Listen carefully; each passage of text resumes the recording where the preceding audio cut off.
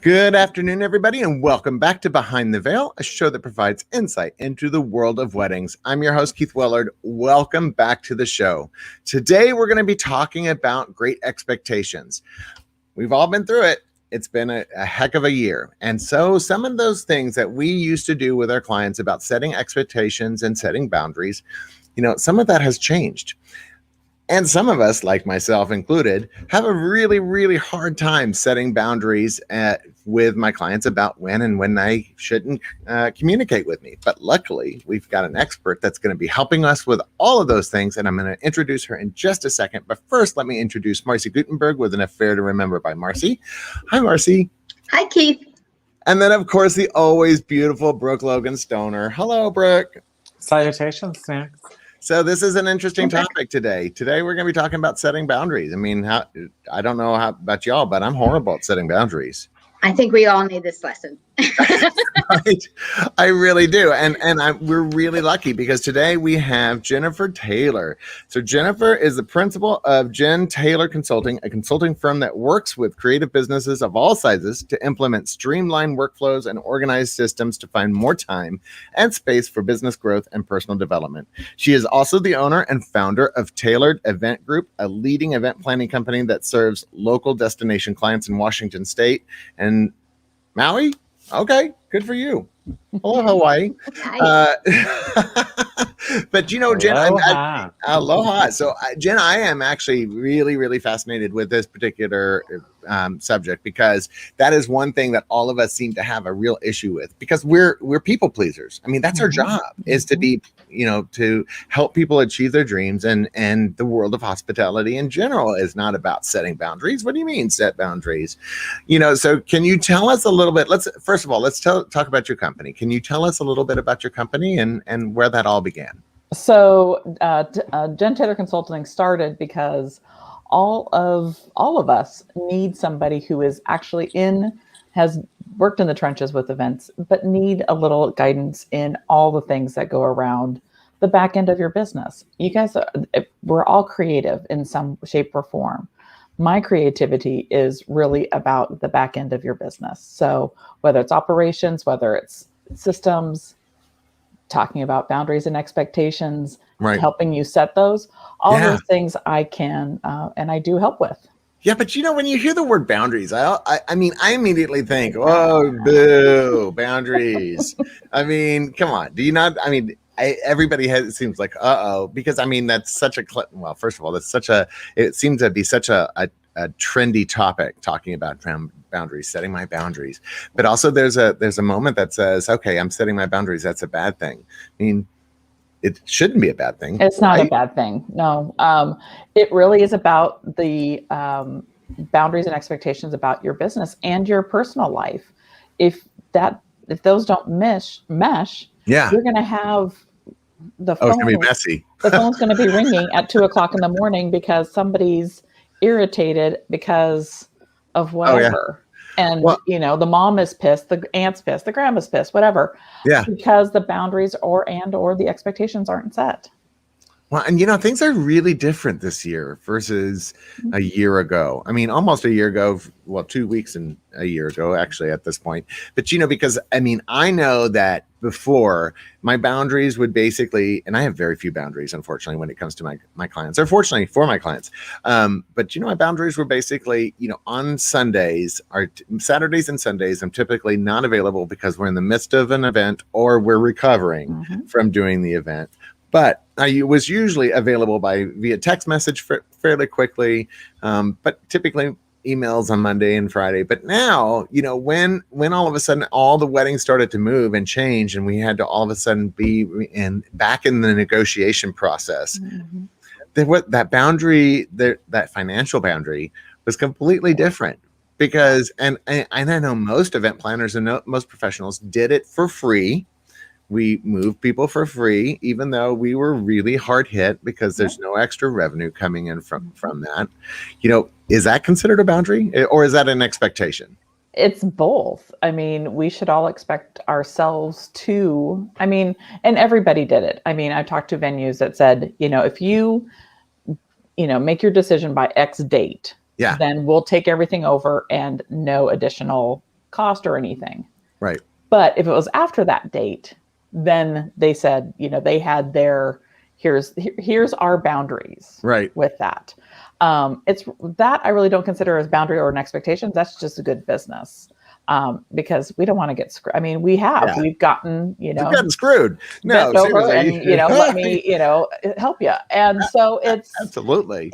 It's hard. So, but really setting the boundaries and expectations is what's your best practice? I mean, we have a best practice sheet that we give to our clients, if not the day they sign, fairly shortly thereafter, that says, here's where we meet. Right. We had an office.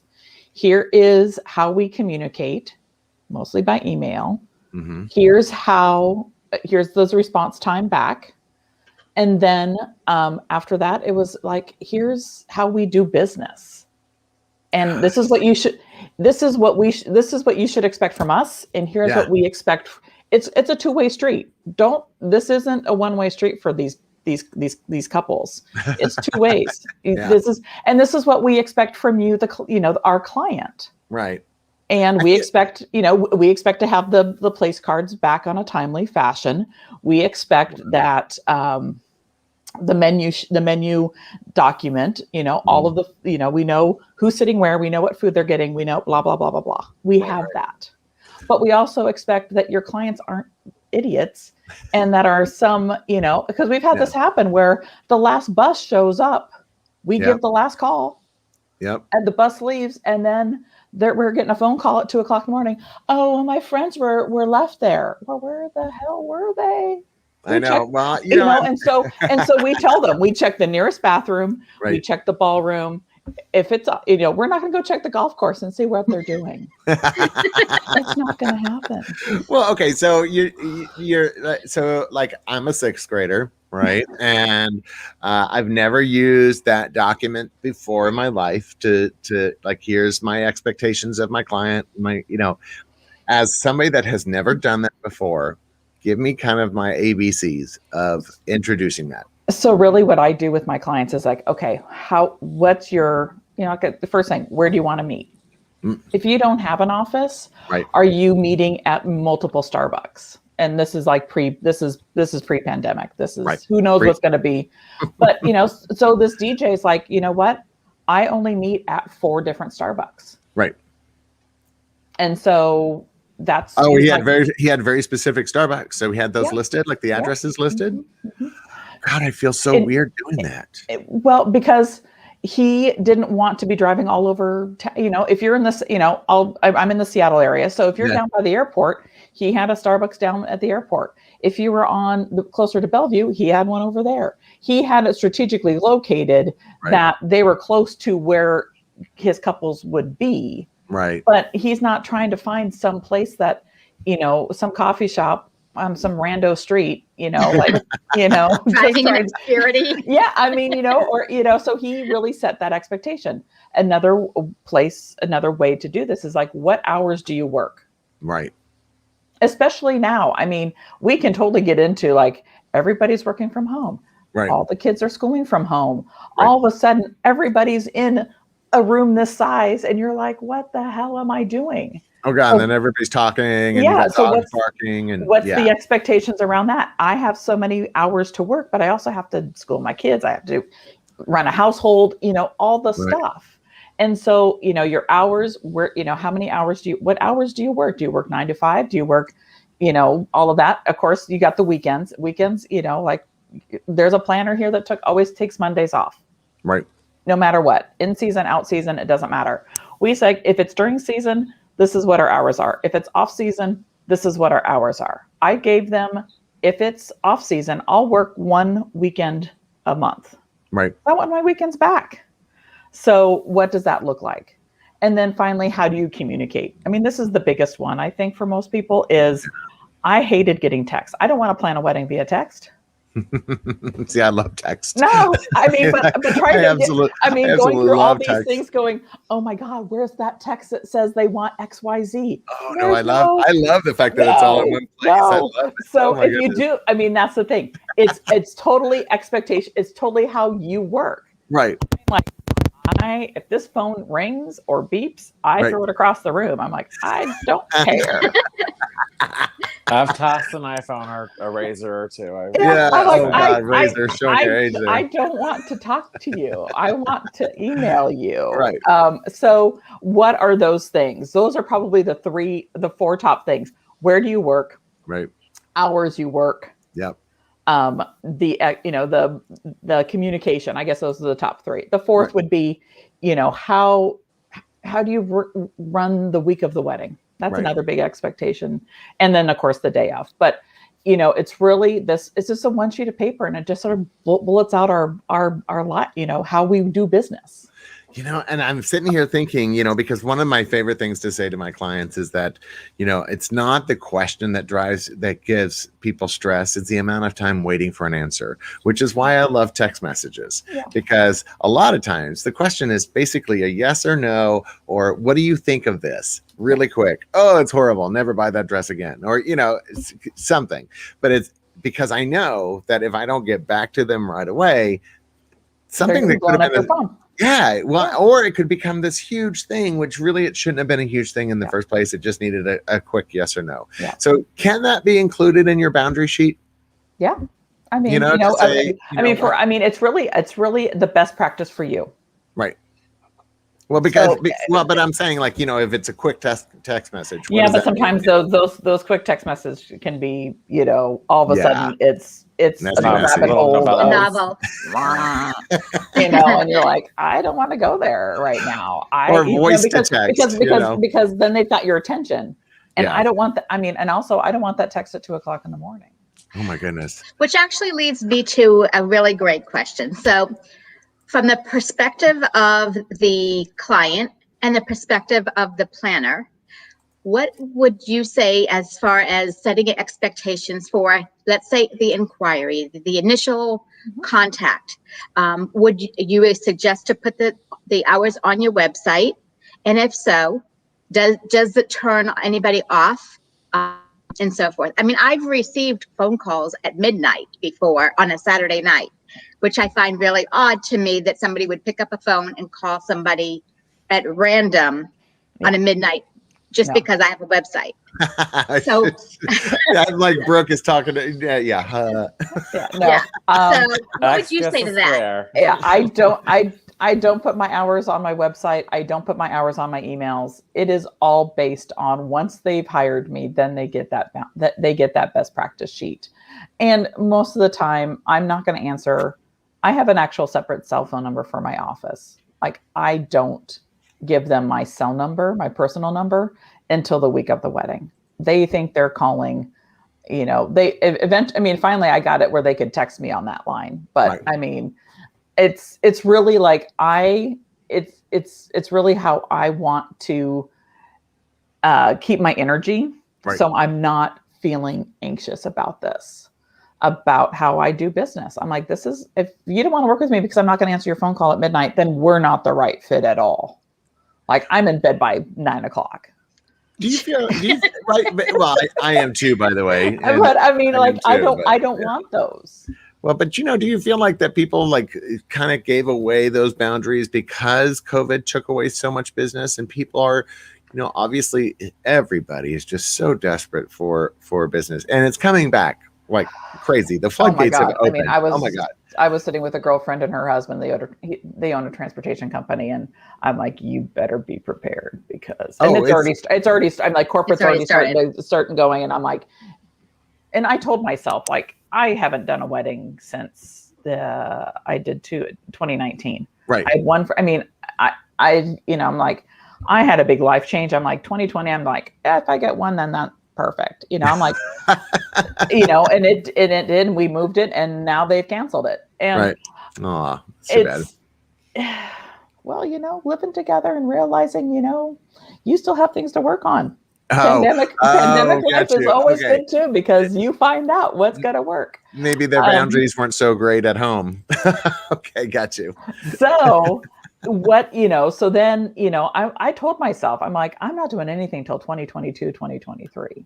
Like, if, for my, you know what, I'm good. Right. But setting those, Well, okay, so it goes back to like, am I going to be desperate because I need to answer this phone call at midnight? No. I mean, I was literally on the verge of having a full body meltdown at the end of 2018 because of not being really firm and set on my boundaries and expectations, because I felt, you get that way. You're like, okay, I got, and it was our biggest season. I had multiple weddings. I have all that. I'm like, I finally just said, you know what, I need to follow my own rules. Right. Because if not, I'm going to end up in the hospital with something. And it's because, and this is pre-pandemic, post-pandemic, if I had these, it's just hard. It is one of those things, because yes, it's your livelihood. You do need to be on top of it and all that, but it's also you have to set your boundaries. You cannot be, if you are feeling like you are about ready to have a nervous breakdown, then you need to sit back and go, okay, what do I need to change in my life and in my business? If I need to stop working at 5 o'clock in the afternoon, go for a walk, and then maybe answer some emails a day. I mean, hell, I still work at 8 o'clock at night. I do too. You can't help it. It's letting them know that you're there, but you are not their beck and call person 24/7. Let me ask you. I mean, you've been in business for a while, right? You're established business. 16 years, yeah. 16 years. So you're an established business. I mean, would you be saying this to yourself on your first year? No, you can't. You can't. Okay. But you've got to set something. Right. And that's why that's why I want to make sure this is clear. This is based on 16 years, not your first year. If you're just starting out, you still have to set some boundaries, because they're just going to roll right over you. Oh God, yeah. I mean, when I was planning my own wedding and I was hiring a planner, right, I looked at planners I'm pretty strong personality. There were some planners like, I would run the hell over you. And I wasn't even a planner. I'm like, I would bulldoze you. So, but you were specifically looking for that strong personality to be, part of your world. Yeah. But if you're somebody's like, you need to be their best friend. Yeah. You need to step back and say, I'm a business owner. Right. First. Well, and actually, we just talked about this on the previous show, is that, you don't connect with somebody via social media until after the wedding is over. Mm-hmm. You wait till, because obviously you can have those great connections, but, wait until afterwards, as much as you want to wait. But again, when first year, I think the boundary that and this is an expectation and boundary that I think that a lot of planners that are just starting out need to hear. Set your expectations and your boundaries on the monies that you will get for your services, and stick to it, because there's going to be somebody else later. Do not cut your rate and then kick yourself later, because Well, that's you can't praise it at that point. Well, you can't, and that's you have to look at what your resentment factor is. Like that's a great way and that's when I sit down and work on my pricing. I mean, we're going to go totally off topic, but that's one of the factors I put in there. Is like, if somebody calls me, and if you're a new planner, if somebody calls you on your anniversary, on your birthday, on your significant other's birthday, your child's birthday, Christmas, any of the holidays, right? Are you going to give them the $950 price?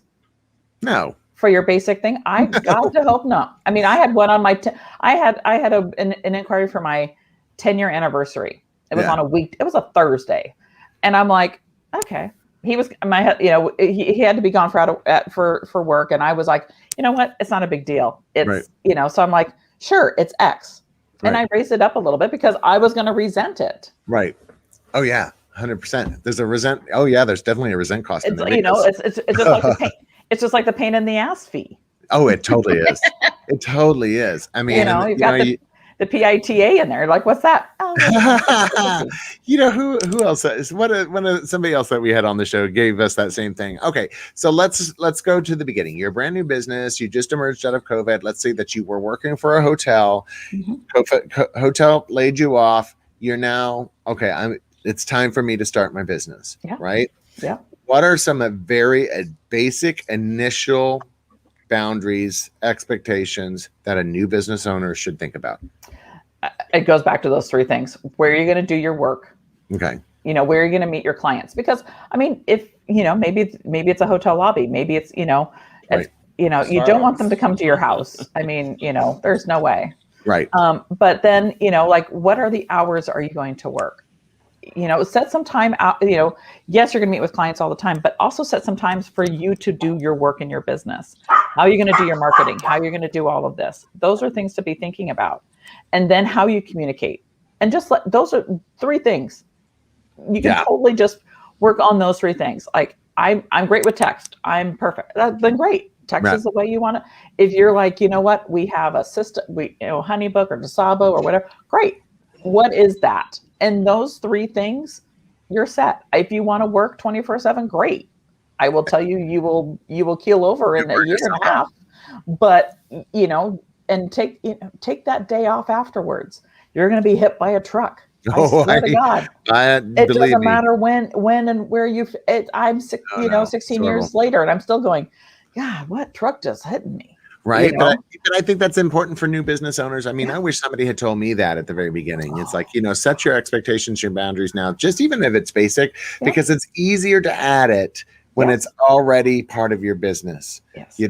And you are the owner of your business. Your clients are not.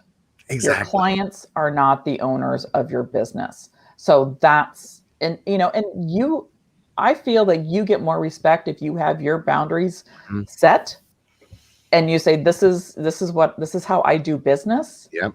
And they can take it or leave it. If they leave it, then they're not your clients, and don't stress out about it. Yeah, don't stress out about it. The other thing is that, if you already have kind of set expectations and boundaries in your life or in your business, it does set you as a higher professional, right? And I remember this, and this was the worst. It was, and it took me a little bit to get over it, is that, I was so thankful at the very beginning that people hired me. I was so thankful that I got into this, like, they're not giving me a gift.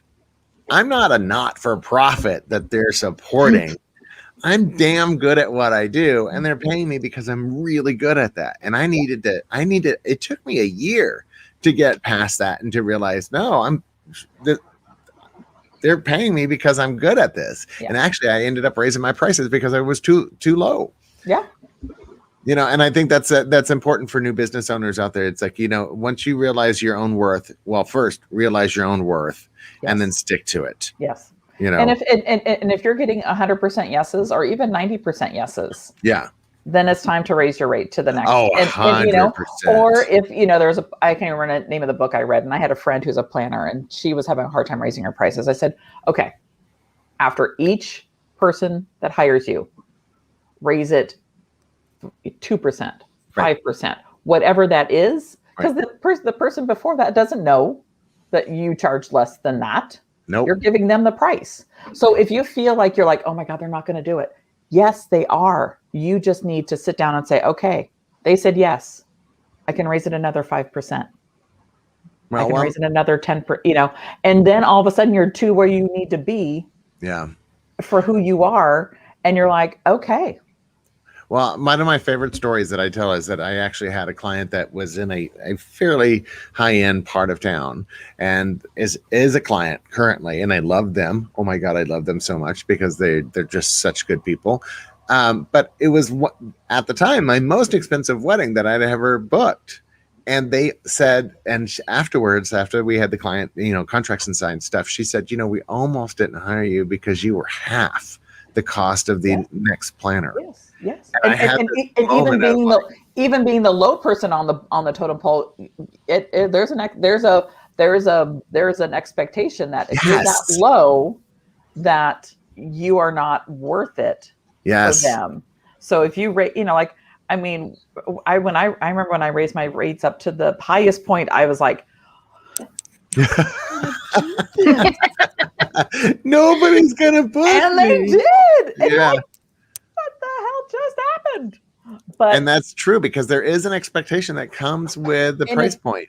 It is, and it's like this. There's like this little dead zone. Yeah. Between 5 and 75 and 10. Yep. It's just like a debt, and like It's if you're in that, craziest. you know, and it's just like you're like, I'm not getting anything. I'm like, okay, we're gonna raise it and see what happens. It's And then you true. raise it, and they're like, sure, no problem. And you're like, It's the craziest thing. And I try to tell new planners that, you know, that come and talk to me. And I try to give as much information because I know what it's like. I mean, I'm 5 years into this. I've just survived freaking COVID business issues. And I want to do as much as I can to help our fellow human beings out there. And one of the things I said is don't price yourself too cheap. I know that you're trying to add to your portfolio, but the number one mistake you can make is pricing yourself at the bottom of the barrel. Yeah. I know you want to try to get business in, but call it a discount. You know, don't even give, because if they tell their friends are going to want a discount. Hey, give me a 20% discount. Yeah, that's right. No, you do not discount. You do not. I mean, I've had clients, and this is in our best practice sheet. It's like our wedding professionals are not required to give you a discount because they're working with me, or right. You know, that is up to them. Yep. To do that. It is not up to me or up to you. If you ask me to ask them, I will, but they can say no. Oh, I said that all the time. It's not my, it is their business. They have to put food on the table for their kids and pay insurance and do all of these things. Well, and I think that's part of it. Well, and having that truthful conversation. I mean, I'm a big proponent. I always tell my clients, it's like, look, I'm not going to sugarcoat stuff. I'm always going to tell you the pros and cons of every situation because it's not my decision to make, it's your decision to make. Mm-hmm. Right. Yeah. And so the expectation is that I'm always going to be 100% truthful with my opinion. Yeah. Right. They may have a different opinion. I mean, I've run into that before. You know, they fight me and I'm like, I don't know who else I can give you because I'm giving you the best people in the industry. And that's going to fit your personality. And I'm like, and then we meet with them. Oh, I love them. Well, of course you do, because I hate them. Anyway. Yeah. Okay. So I'm going to go back to the new business. Can you walk us through a new client intake process? Sure. Yeah. So I use HoneyBook. Okay. As my intake. So they fill out the form on my website. If they do that goes into HoneyBook. And then from there, it becomes an automation. People are like, oh no, not automation.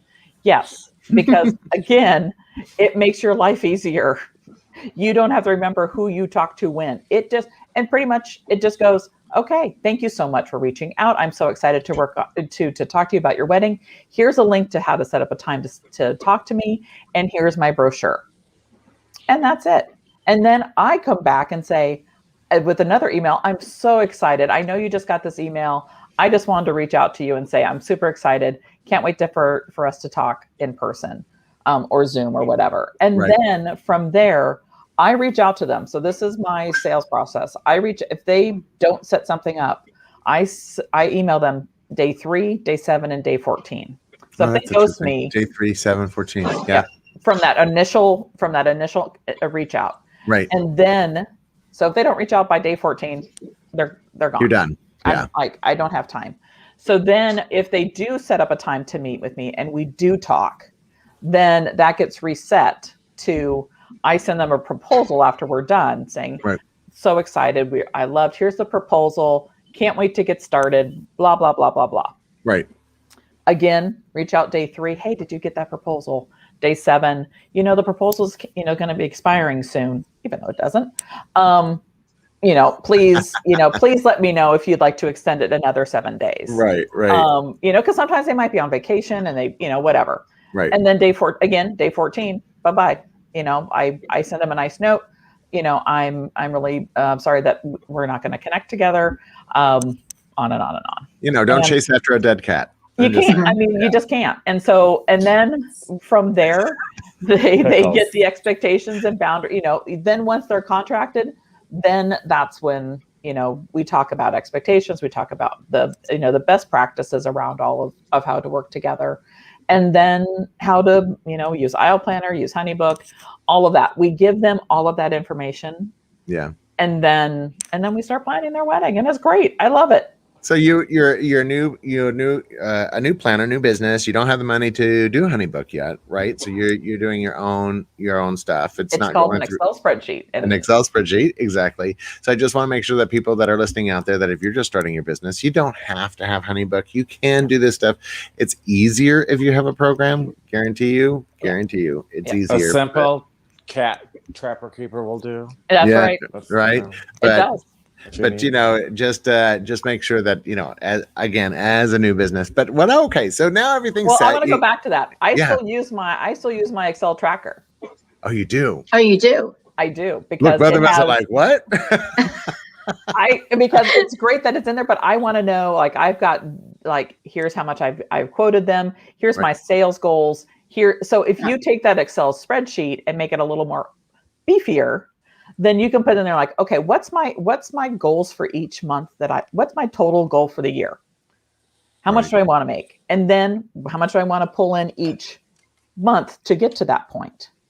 And then you can say, okay, I talked to, you're talking to so many inquiries. So if you want 20 weddings, you're going to have to touch 100 people, because half of that's going to say no, half of, so the rule of half and half and half goes that route, because it's all about how many people you are in contact with to then get to your goal. And so that's what I track on my sales tracker. Not necessarily, I do track the days on there, but I also track all the sales numbers. Okay, so everything's kosher, so to speak. You're going along the way. You're having a great time, et cetera, but then your clients start getting a little too used to you, right? They're getting a little too comfortable, and they start falling outside of those boundaries and Thinking you're the BFF. yeah, thinking you're BFF, because it's difficult, because we get excited. We're like, oh my God, I'm so excited about that. Okay, so what happens? What do you do to kind of reestablish those boundaries if they start coming out of them? Figure out, like, I've had that happen to me. I had a client, and he all of a sudden, it was text, planning via text. And I'm like, shit. How do you so then I look back and said, yeah, and I'm like, shit. So I look back, I'm like, you know what? I never gave them the best practice. I was on me. I totally said, you know what? But what I told him, I said, I enjoy that you like to text me. Right. 1, I hate text. And 2, I can't plan this. It is very hard to go through all of the texts I get from you on a daily basis to do this. And I literally printed out all the text and put it in his, I still do paper, and I'm old school. I don't know if I can ever get rid of my binders. I love my binders. Oh my God. I love my binders. So I literally printed it all out. Brooke loves my binders. So it's my favorite thing. It does. She's like, "Where's my Bible?"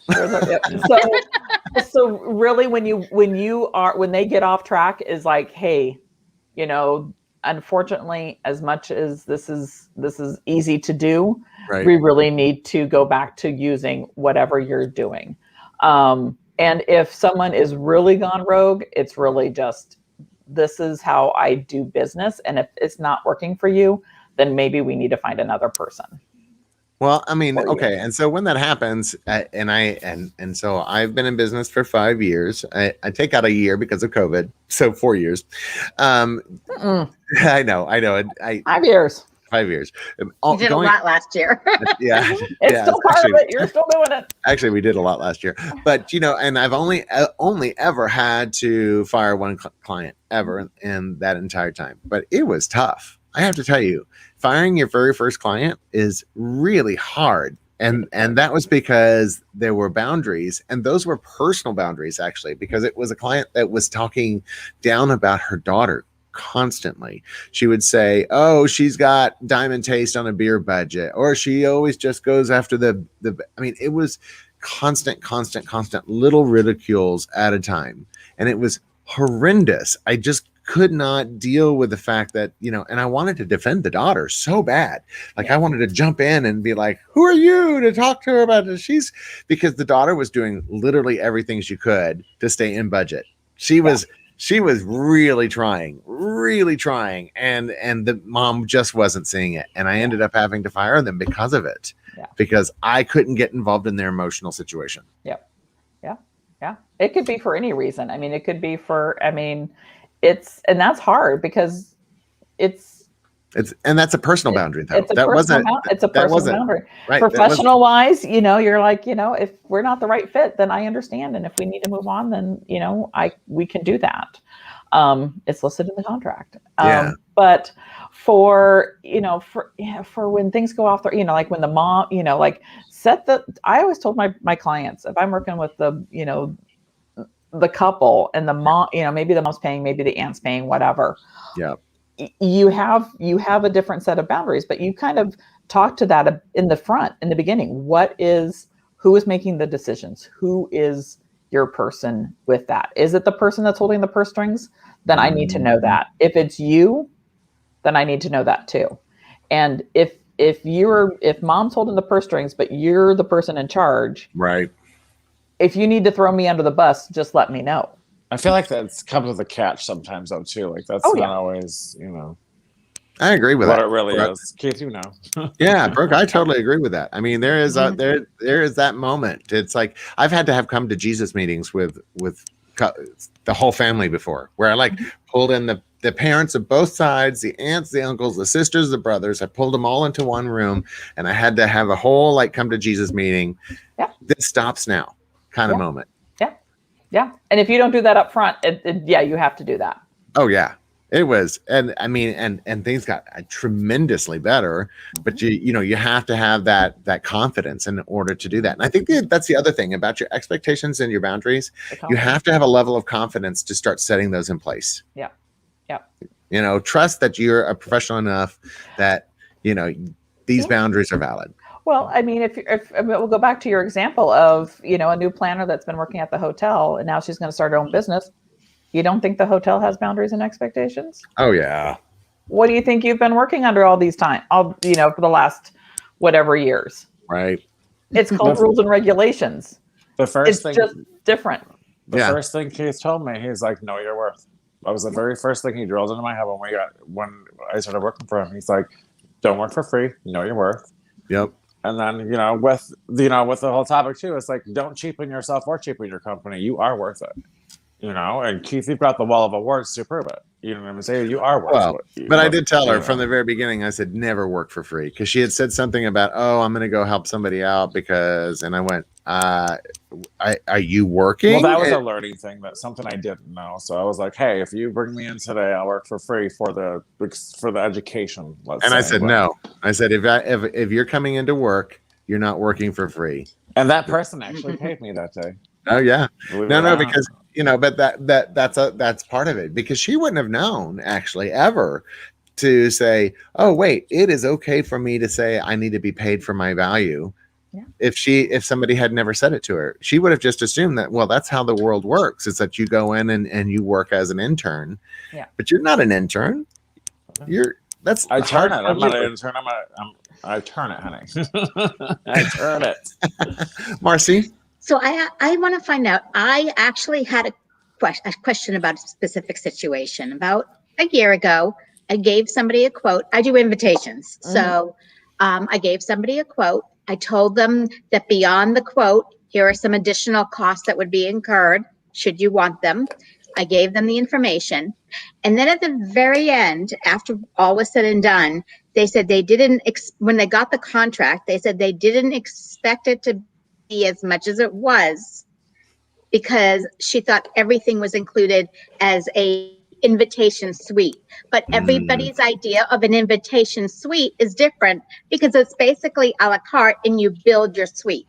Yeah. So I was a little kind of shocked, because we did have the conversation. Right. And I remember specifically where I was, but obviously she's the client. I can't call them out on it. But I did say, I'm pretty sure we had that conversation.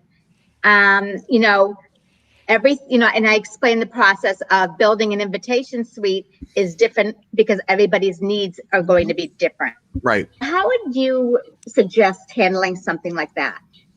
I would tell them, we talk, here's, it's literally babe, here's the list of things we talked about. It's right here on the sheet of paper. Here's everything that's included. These things are extra. Okay. Because that was I what mean, I you did everything but right. I mean, there is nothing wrong okay. with that. And so if they come back to you, either one, she's trying to manipulate and say, you know, oh, well, you know, that's one thing for new planners. Don't fall into that trap. Oh my God. I mean, Okay. God, I mean, new any wedding professional, it doesn't matter. Right. You know what's included in your package and you know what's not. And if they're coming back saying, oh, I thought that was included. Oh, you know, unfortunately not. Well, You're and not going to get my no life coupons. Sorry. for $1,500. Well, and actually, one of the things that I have been doing is a partial planning process. You know, I don't do just day of; it's day of plus, right? Because it is never just day of. It is never just day of. They always need additional information and stuff.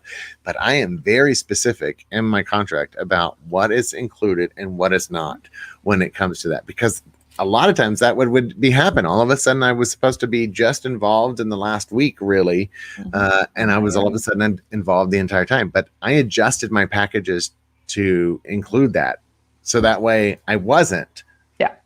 You know, and because again, it was about setting my own expectations. Like, what do I expect when it comes to day of, and be okay with saying, well, yeah, that's the only thing I offer. And being okay with something to stand back on and say, you know, it's also called in maybe they need a different form if they're in corporate. It's called scope creep. You know, where you've given them a scope of work. Right. Here's my proposal. Right. Scope of work. Now all of a sudden, oh, can you add? Oh, I really want this, or I really want that. Okay, well that's going to be X, and that's going to be Y. Are you willing to pay X and Y? Right. Whatever that is. And if they're not, then great. Sorry. I'm not gonna be able to do that for you. You know, it's funny that we're talking like this, and I keep going back to the fact I just remember when I started my company and took the big jump. I mean, I was so scared, honestly. It was such a huge, frightening moment to say, okay, I'm going to go out on my own and I'm going to sell myself. You know, I'm going to be my own prostitute. Dang it. And so I'm going to sell myself. Self-employed. Exactly. Self-employed. But it took time to get to a point where I realized the value and what I did. And that included even my expectations of the vendors that I'm working with. And that's one thing that we haven't talked about at all yet, is our boundaries and our expectations with the vendors that we work with. How would you broach that subject with people that you work with every week? So working with them, I'm pretty hands off unless you piss me off. Right. I'm hiring you to do a job. I'm not personally hiring you, but I've given my client your name, and my client has hired you because of my recommendation. Right. I'm going to let you, I tell my clients, I'm like, you don't have to love me, but I want you to love your photographer. Oh yeah. I don't care if you're shooting daggers at me the day of the wedding because I pissed you off somewhere along the way. I'm still going to do my job. But what I look at the photographer and go, okay, it's noon. Right. You have them for 4 hours. I need them back here by 4. And that's it, done. And that's it, done. If they're not, well, guess what? They're not on the list. If they're going to give me shit afterwards and go, oh, well, I need to be on your vendor list. Well, great. You're on my vendor list because I need the fucking photos. Right. But I tell him, oh yeah, you're on the list. He doesn't know I have a list. It's internally to myself and my team. And that's it. Right. I'm like, don't be playing this because I know the rules around that. And so it's really about treating your vendors with your wedding professionals with respect. They're doing a job too. As a planner, you do not belittle them. You do not throw them under the bus. You do not you don't throw them under the bus. They are the ones that are probably going to refer you more than anybody else. Mm-hmm. End of story. So if you are mean to them, or you want them to do their job. Like there's a DJ bride hired. I knew of him. I kind of heard things. And so I told the venue, I said, do not serve the DJ alcohol. Right. End of story. And they're like, okay. And we put it on the banquet order. Right. And the DJ wasn't there. He sent somebody else, and the DJ went over there and asked for a beer, and they said, sorry, we can't serve. He comes to me. I said, I just knew I knew not my own rules, but I kind of heard what was going on. I didn't want that to happen. Right. So I said, it's the first, I'm working with you guys for the first time. I kind of do this for all my first people. Right. And I'm literally just like, what about, and I'm like, it's the first time. I'm trying to make sure we work together well and nothing goes wrong. Of course, then the bride's mom's like, oh, you get a glass of wine. I'm like, oh my God, yeah. I'm like, I'll be, they had this huge like RV bus on the side of the venue. I'm like, I'll meet you in the RV bus. And I'll have a drink with you in the RV bus. I said, no. Oh my God. I said, I've just shut the wedding down for all the vendors not to be drinking, but because I don't want it's hard because we all want to have a glass of wine or, especially when, for me, I'm like, I'm done. They're dancing, they're having a good time. I want to have a glass of wine. Right. But you got to be careful and you got to watch yourself because people are watching you as well, but you're watching them. Like, I can go through my rules and regulations of I'm sure I have people, photographers, DJs, all mad at me for whatever reason of whatever it is. And I'm like, you know what? Your job, you can wait to eat. I'm 100% about that. There will still be food after the bride and groom go through the thing first. You don't have to be first or second. Yeah, So, that's one of my big pet peeves is about vendor meals. Feed the client that's paying you first. Yes. Period. And their client and their guests. Oh, I go around and around with. There's a certain photographer I go around and around with. But oh my goodness! So you know what this sounds like? This sounds like perfect fodder for After the Veil. So Jen, I just want to say thank you so much for. Honestly, I've learned a lot, and it also reiterated a lot of stuff that makes me feel a little bit better about the crap I've already been saying. So that makes me happy. But I hope you stick around with us for After the Veil. Why not? Oh, I love it. I said, I don't get all dolled up every day anymore. So, when you get all dolled up, you're like, well, where am I going to go now? All right. Well, so a quick word from Mike Sipe, one of our sponsors, and we'll be right back. More than just entertainment, we understand the importance of the entire wedding day celebration. From the moment you select the date until the day of the celebration, we are there to provide you and your family with the peace of mind you deserve. Mike Sipe Entertainment of Vincent Productions has been providing entertainment and production nationwide for over 30 years. Our company motto is your day, your way. And our mission is to provide our clients with the most unforgettable entertainment experience while promoting an atmosphere of trust and togetherness. Learn more at themikesipe.com. Well, welcome back, everybody, to After the Veil. So this is the time that we really have no particular subject line, but I love this because, Jen, you opened up actually a can of worms just then because I was like, yes, I totally get where you're coming from when you talk about, whether or not, luckily I've been very lucky. All my vendors and stuff really love me, but I'm also very specific about what I expect from them, and I only use vendors that are going to do a really damn good job. Yeah. Because it's my word, basically. It's my word to my client that they're going to do an amazing job. So I have to make sure that the vendors that I put in front of them are going to do a good job. Yeah. And I love the fact that you're like, well, they could be pissed at me. And I'm like, well, no, it's true. And it's usually the ones that the client hires. Like I've had to, I sat down and they're like, oh, we've got this DJ, we got this person, this person, this person. I said, okay, let's go back to this person. Right. And let's talk about that. And I've actually had to write the letter to that person saying, it's a company. It's not just one person. They're going to send whatever person they want. Right. I'm like, this is what you're going to get. And this is how it's going to work. Do you really want that for your wedding? And they're like, oh, we didn't know that. I said, of course not. They're selling you the dream of all, I'm like, it doesn't work that way. He shows Yeah. up and you don't know him, and he's carrying a thing around his neck that is the microphone for the officiant. I'm like, no, you don't want that in your pictures. No, and they sugarcoat it, and I get that. I get it. They sugarcoat it because they obviously trying to build a dream.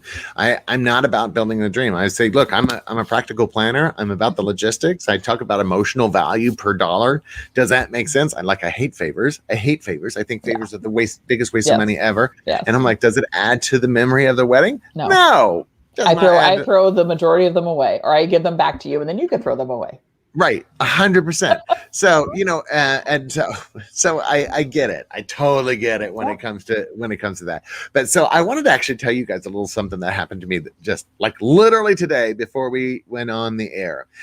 Is that so obviously COVID sucked for everybody. It was a shitty time for everybody, and that we all had a little extra time on our hands, which is why we started the show. But also I was doing a lot of writing because there's we had Megan Ely on from OFD Consulting, who's amazing, love her.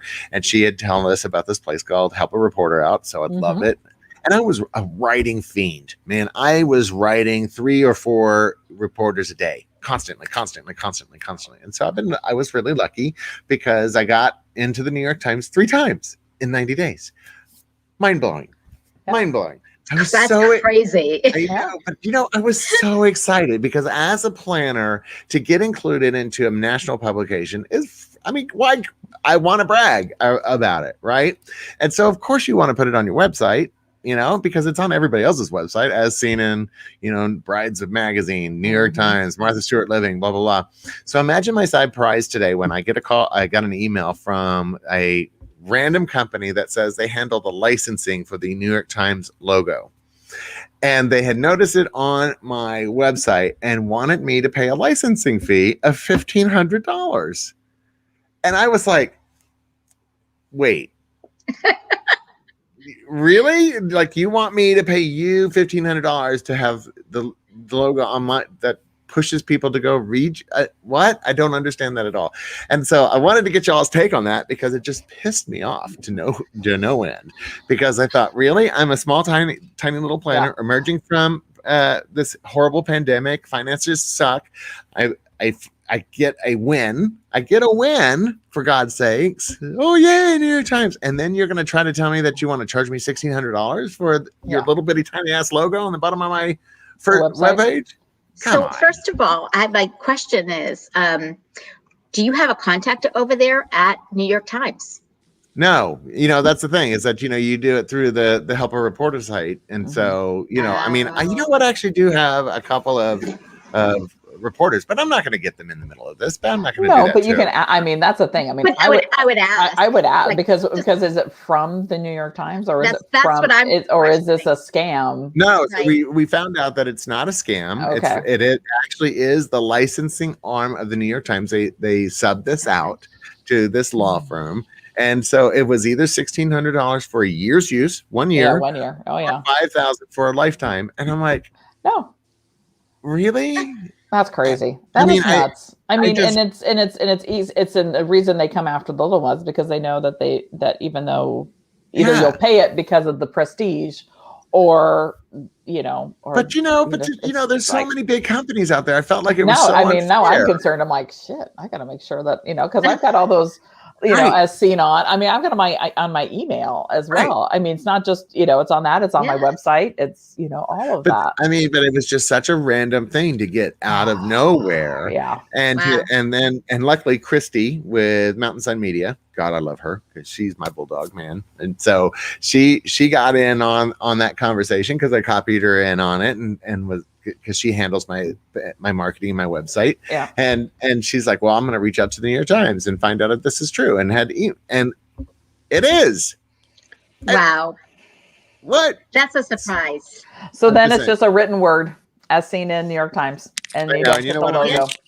No link, nothing. Honestly, shame on New York Times. Shame on you. Shame on you. It is. Because that is a shame. Yeah. It really because you're still, it's still link it and still do all that. But the prestige, to have that logo is a nice little thing to have. And unfortunately they know that, and they're going to go after the people that are going to buckle under that because of that. it means more to us I know. as little people I know. than it Mhm. does it to these damn corporations. But Rude. That's anyway, so I just It was is like rude. get off my soapbox on that. I just wanted to put that out there because I was all pissed off and talk about setting Yes, you boundaries. were. That's right. It's like I'm gonna set these damn boundaries, and so now all of a sudden I want to like write a little post in Facebook and put it out on Instagram. Like, did you know that this was a practice? I mean, Jen, you were just saying, oh shit, Yeah. like oh my I god, mean, I've never gotten the call for that, right? for any of that. And I mean, I haven't been in the New York Times, but like you look at, But Parade like Martha Magazine, Stewart weddings and Martha Stewart weddings, and all of that. I mean, I have to but go back. but it's a source of pride for It you, is, right? It is. Well, and it's a source of pride for you, but it's also a source of validation for your clients. Oh, 100%. Yeah. And 100%. to have that be, to for the New York Times to go blah, then it's Well, and I would Well, think you that- also spend time putting together a submission, and Right. that is your time, and that's money. yeah.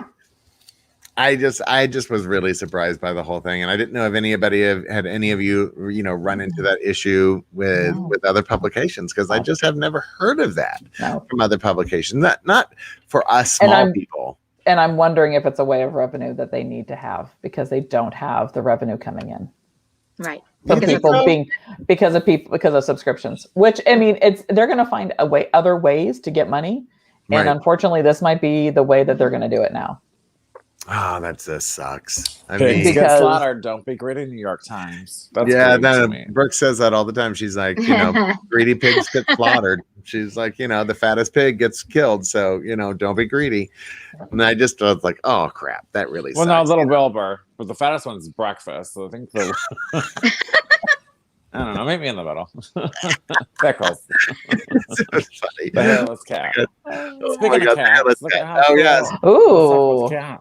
Oh my goodness. We had I the love Oh, that. very cool. That was from this weekend, huh? Yes. that was from this weekend. So Jen, Very cool. we did a baby shower, and I say we because all three of us, Marcy, Brooke, and I, were all involved in one way or another. That was a Ziggy Stardust, David Bowie theme, fun. and I Fun. had a drag queen. I had like, oh my god, the Shout out to craziest. Miss Daisy Dead Petals. Yeah, Daisy Dead Petals, who's a local celebrity here. She did her very first baby shower she's ever done.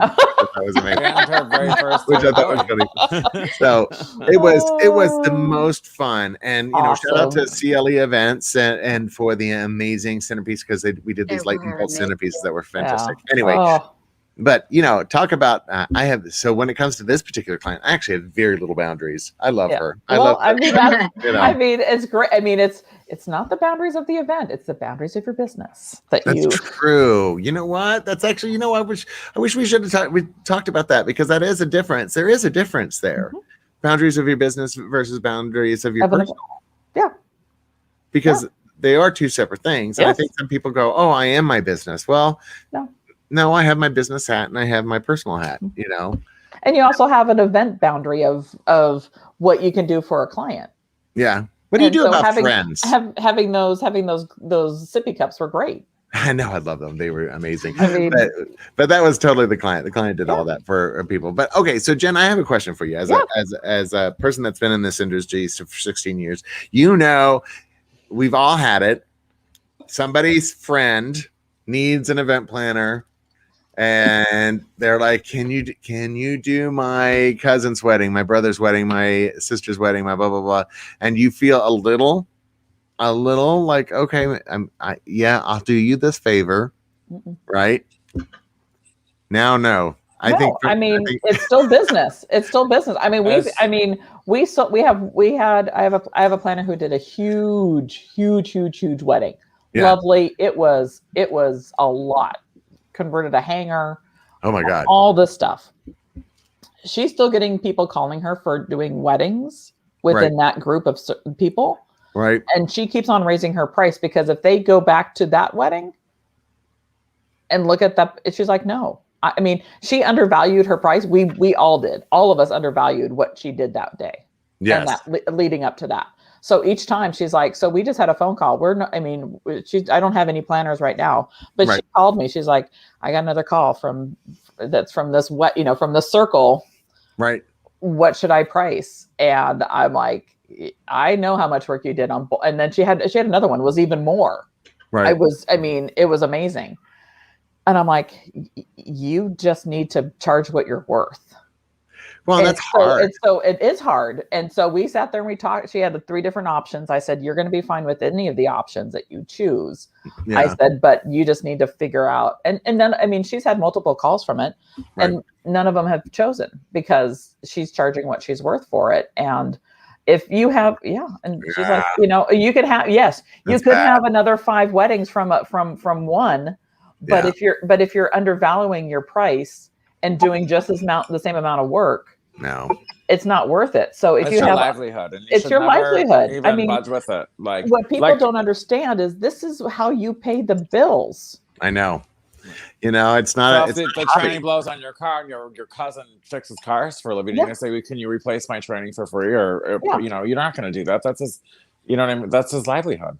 Yeah. He might hook you up with a little bit of a discount, but like you still like people. It's amazing. People don't see this. Don't see the worth in a planner. Like I love this question.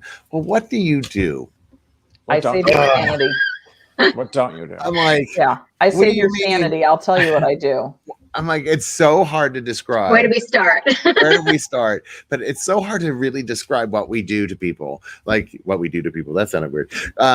No, but what we do for the weddings, like how we plan the weddings. I mean, people don't understand how many, I read recently that there's over 5,000 choices that go into every single wedding.